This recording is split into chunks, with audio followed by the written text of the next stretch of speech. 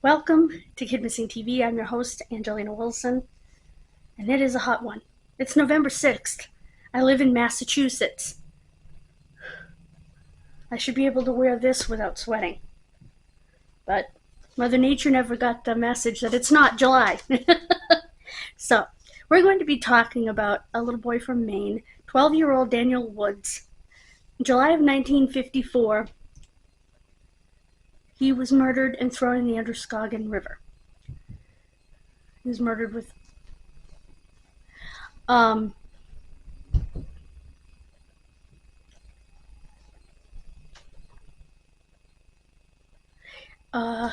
there's been strange note, strange call, and even possible links to a little boy in Canada whose life was ended and he was turned into a human jigsaw puzzle.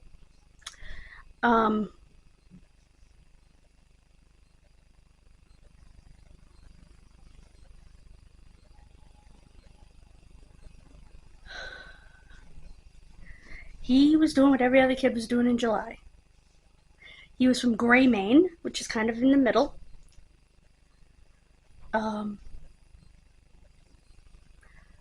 He lived with his mom and dad and 3 siblings. He went to find his friends so they could spend their days playing basketball, baseball, fishing. He was tall for his age and 100 pounds. He enjoyed this advantage when they played basketball. Bet he did. The end of July,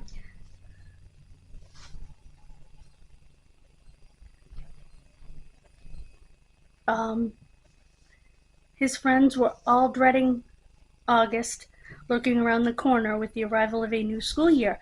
However, Daniel was eagerly awaiting the new month. Daniel's father had promised him that he could get an after-school job picking beans on a local farm, which would earn Daniel some much-appreciated spending money. This wasn't the only side project Daniel would encounter, however. On July 22nd, a friend of Daniel's had called the home, telling Daniel to grab his fishing pole and to join the friend group at the local pond.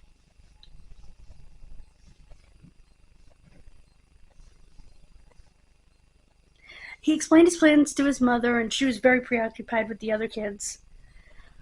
I mean, she had 3 other younger kids, so she said, bye, have fun, like any mother would, I guess. And,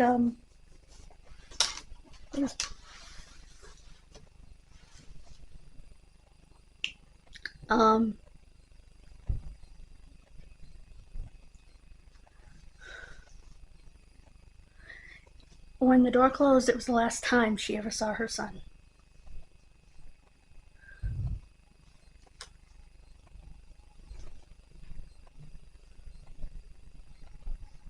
A short time after he left his house, he called from a corner store about 3.5 miles away.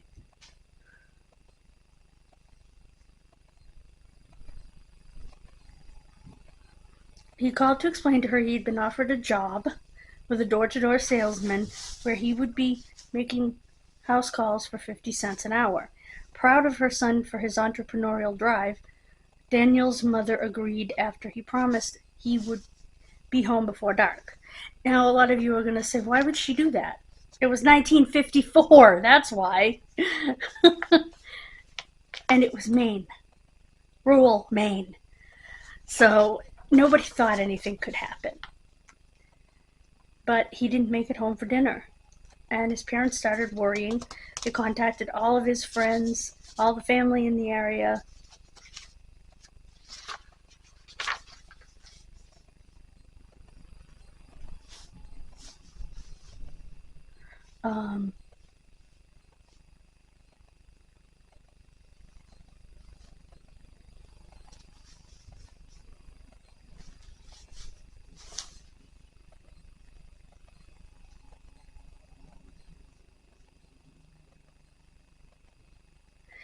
And Edra Wilkinson owned the corner store, but she didn't have much information.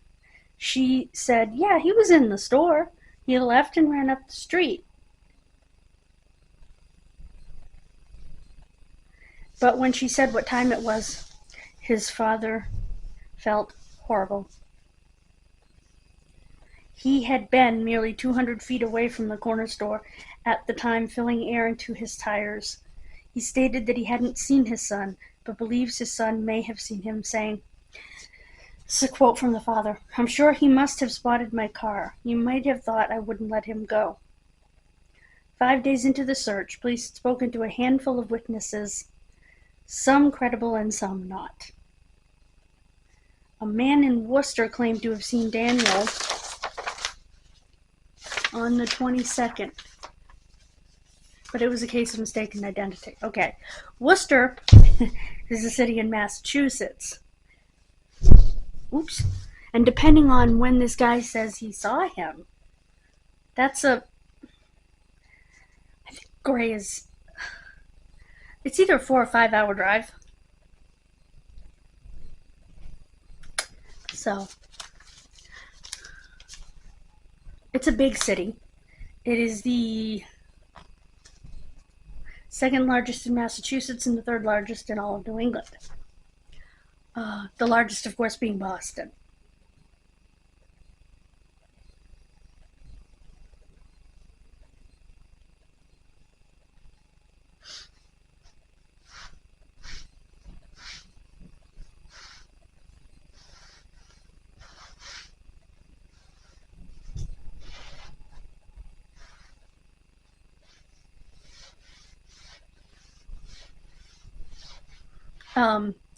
There were a bunch of witnesses.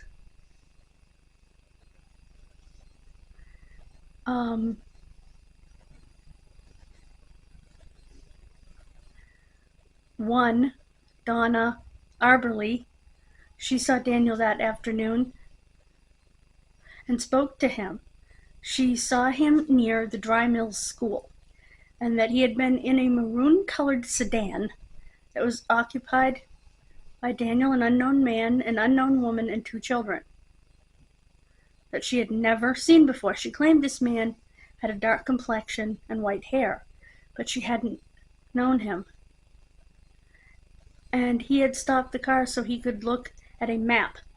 Daniel had shouted hello to Donna, and afterwards the car left, heading toward Little Sebago Lake on Poland Springs Road. Okay, yeah, it's about 5 hours away, because that's right up in the area my mother lived in. She noticed the car's plates when it left. They were yellow and not Maine plates.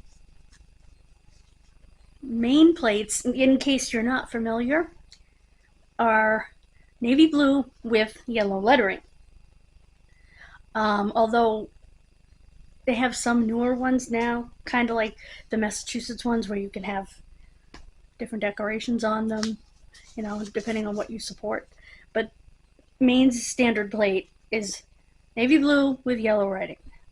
What I'll do is I'll try to find a Maine plate and put it in the poster. Like, just to show the coloration.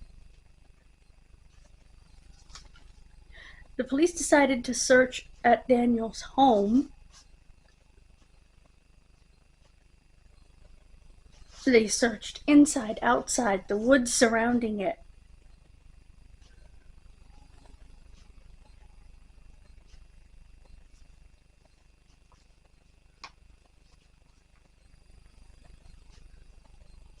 They thought his mother's dress had blood on it, and they found some bloody towels in the woods. Here's the clue.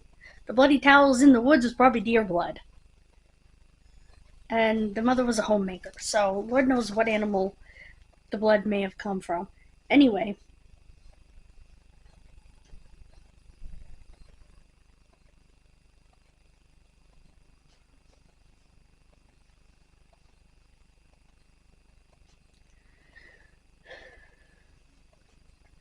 as they waited for any word about their son, a phone call came in from an agitated-sounding woman with a thick accent that the mother wasn't sure what was. The woman claimed her last name was either Goodson or Gidson. but Daniel's mother was unable to be sure which name it was due to her accent. The woman claimed that she knew information about Daniel and that he was with a man she was acquainted with from Birmingham, Alabama. Well, that would certainly be a thick accent. She said that at the time of Daniel's disappearance, the man had been in Maine.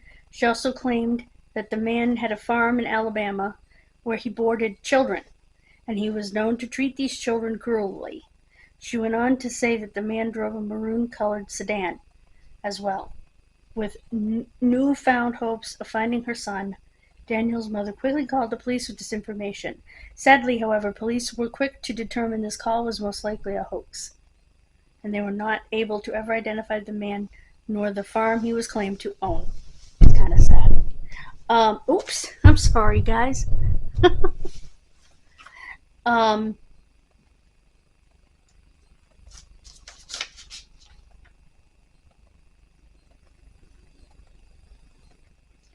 Two men on July 31st two fishermen were walking along the Androscoggin River when they made the horrifying discovery: the body of a little boy floating in the rushing water. They called police.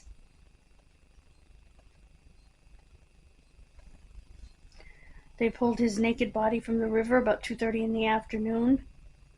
He had been bound with a shoelace around his wrists and had been savagely beaten. He was quickly identified as Daniel Wood Jr. I guess it's Wood, not Woods. I've seen it spelled both ways. And the autopsy.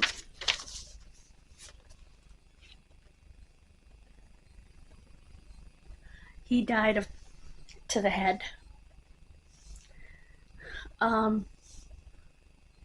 With a heavy piece of wood. It was so severe that one of his eyes had almost been forced out of its socket. The medical examiner had believed Daniel was SA'd due to the lack of clothes on his body, but this was never officially determined. They believe that after the beating, Daniel was pushed into the fast-moving river, and the body has remained there for between 3 and 5 days. The exact time of death was unable to be determined, and it was very difficult for them to try to search the river because they didn't know exactly where he went in, so they didn't know where the crime scene was.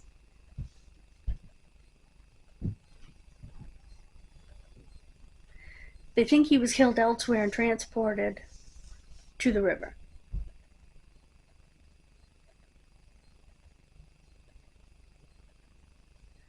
They did find a handful of his clothing items, well, citizens did, in already searched areas, and his pink horn-rimmed glasses had been found in a tree.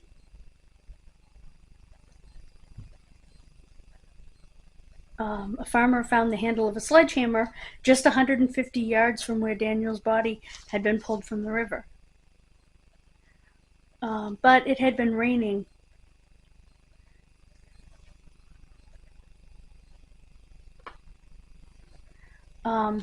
So they didn't know if there was any blood or hair or anything on the handle because it got washed away. They scheduled his funeral for August 2nd. On that morning, they came to his parents and said, "We're doing another autopsy." So they had to reschedule their son's funeral on the day of his funeral. That's awful.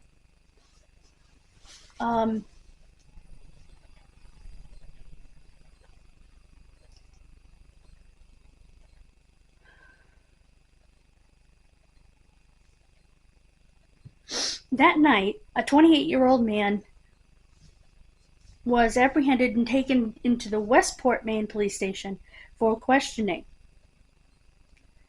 He originally was stopped on a traffic violation, but it was noted he had 4 young boys in his vehicle. The man said that he had picked up the boys from different locations in Portland and South Portland, and when asked why exactly this man had random young boys in his car, he stated, "I just like to have boys ride around with me." Okay, if that's not one of the creepiest things you've ever heard in your life, I do not know what is. That is one of the creepiest things I've ever heard in my life. That's a direct quote.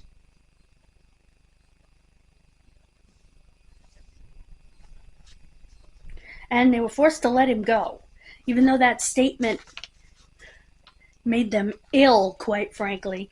I think they used the word unnerving. Yeah, to say the very least, I think it made them want to puke.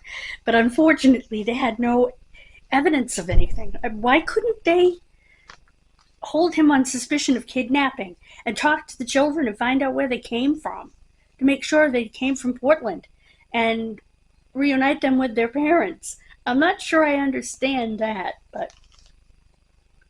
And the fact that he was headed north from Portland. Was he headed to Canada? I mean, Westport is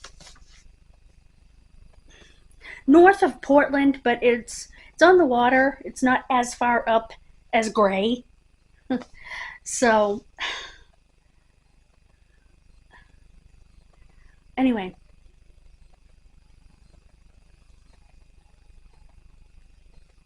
Yeah, I don't understand.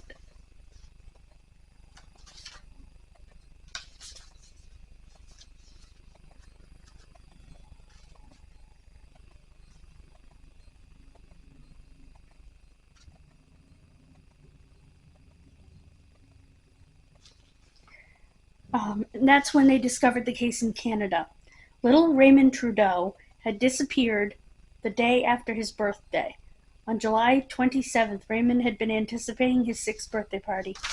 But instead of celebrating with friends and family, he had gone missing.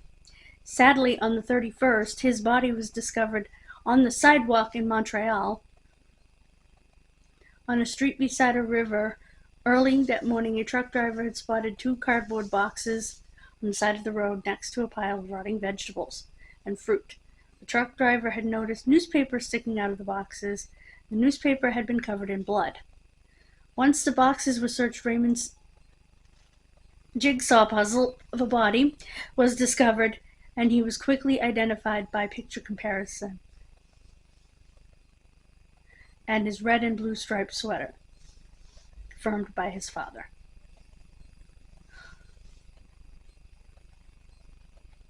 So instead of giving him a 6th birthday party to remember, they were remembering him at his funeral.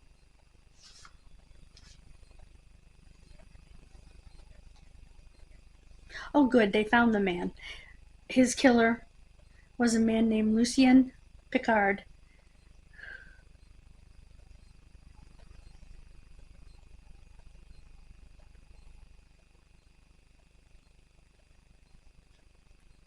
The dummy kept a clipping from the newspaper that he wrapped around the body parts.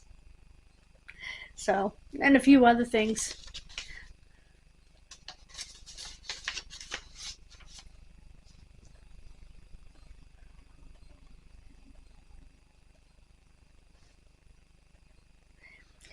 Because Quebec had yellow license plates at the time and Canada's proximity to Maine, they thought perhaps the cases were related.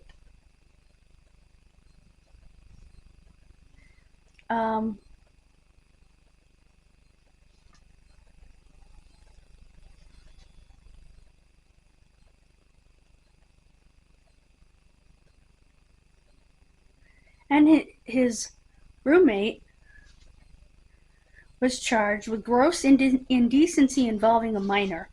Lucien was hung for his crimes on February 11, 1955.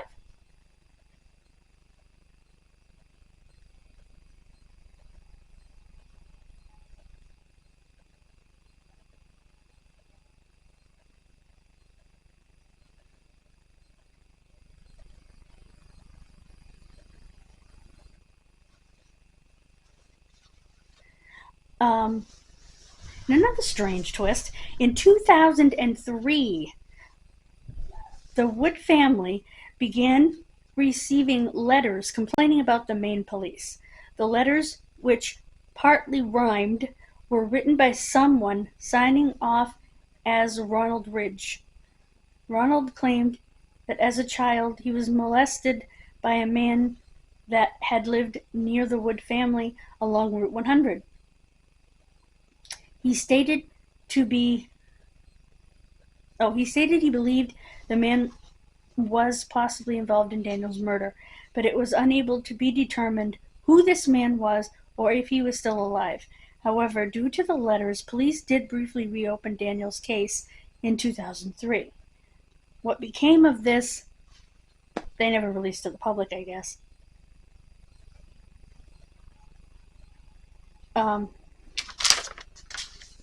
3 weeks before the article marked the 70th anniversary of a little boy who was murdered and tossed into the Androscoggin. The case is as cold as Maine in the winter. I said that, not them.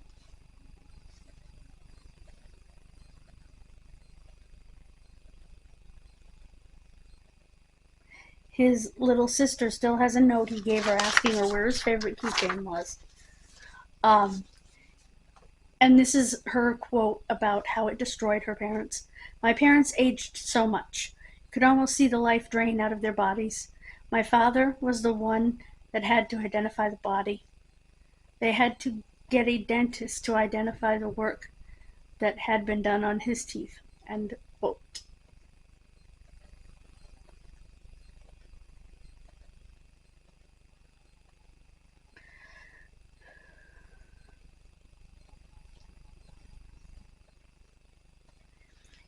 His classmates made a memorial page for him in the 5960 yearbook.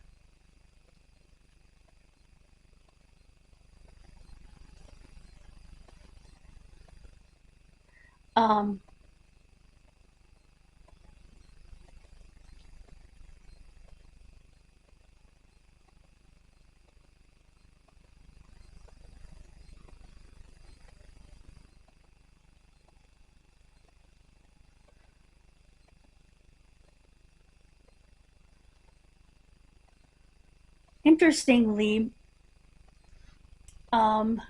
Gray Center is a notorious intersection in Gray, which has 6 different roads. It's a 6-way intersection, and they say it's a mess. Sounds like it. A giant mess. It sounds like it. Why would you ever have a 6-way intersection? But this is Maine. There's always been a couple of gas stations, small restaurant, lunch counters, so he very well could have used a payphone there. I don't think there's any dispute that he used a payphone.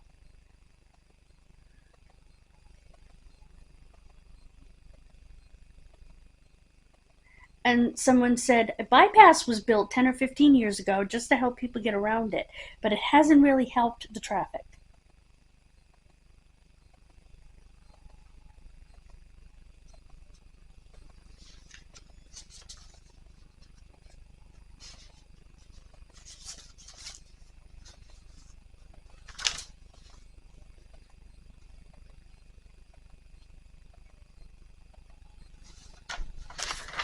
No, Danny never arrived at his friend's house. You answered your own question.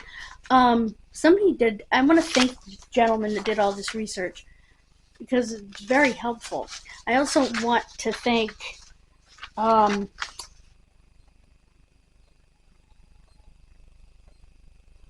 called the Misery Machine or something like that. It's a podcast out of Maine. The 2 native Mainers talk about cases in Maine.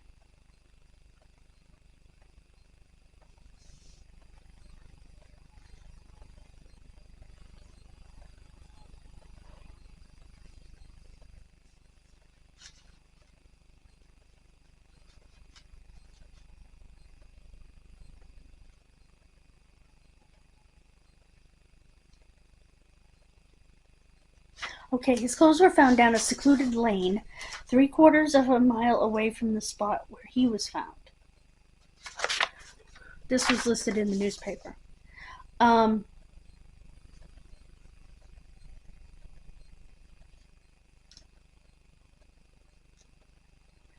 And his glasses and belt were thrown up into a tree in the same area, which was found on another search. So both his glasses and his belt were in a tree. First of all, you may be able to throw a belt up into a tree over a branch. But chances are, if you throw glasses up into a tree, attempt to throw glasses up into a tree, you're going to break them. Especially back then, because the lenses were glass. You have to remember they didn't have plastic lenses back then. They didn't have plastic lenses in the 70s when I started wearing glasses. And depending on your level of visual difficulty, into the 80s, you couldn't get plastic frames if your vision was bad. Real bad. I know, because I couldn't get plastic frames until I was a junior in high school in 1992. That was the first time I was able to get plastic frames and finally get what was in style, which was wire frames. So, they were glass. They would have shattered. Or been scratched to the nothings. They had to have set the glasses on a branch. That's just my opinion as someone who's worn glasses for 48 years of my 50 years of life. So, but that's my opinion.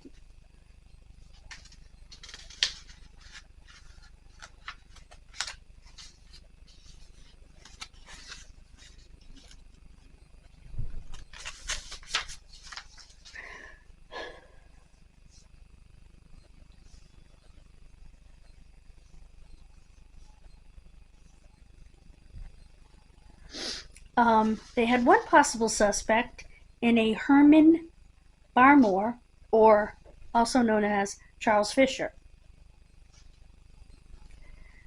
But it didn't fit his MO because he shot his young victims. Oh, it wasn't just the Wood family that was receiving these weird letters in 2003. It was other people in the town of Gray as well. I'm wondering,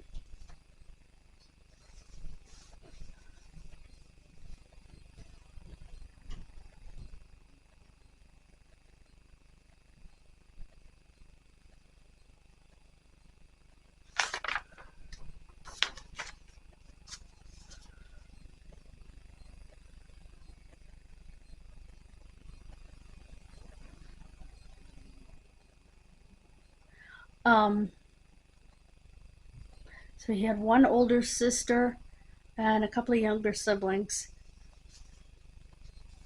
His brother was just 3 when he was murdered. His sister was 14.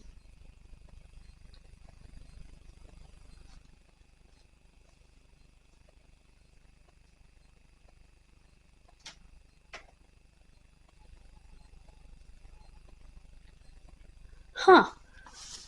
They had to take a polygraph test all the way down in Auburn, and the Auburn police got their polygraph machine just for this case.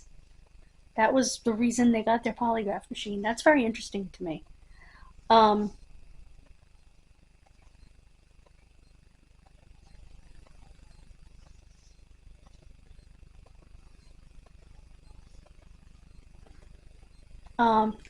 State Police Lieutenant Brian McDonough said he assigned a detective to review the Auburn Police Department's files in Danny's case and to take the physical evidence to the state crime laboratory.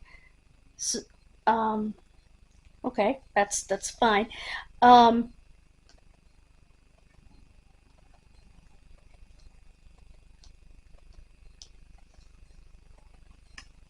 I think the Auburn police were doing it because Gray probably didn't have a police station at the time. That would be my guess. A lot of the rural towns in Maine did not have a police station.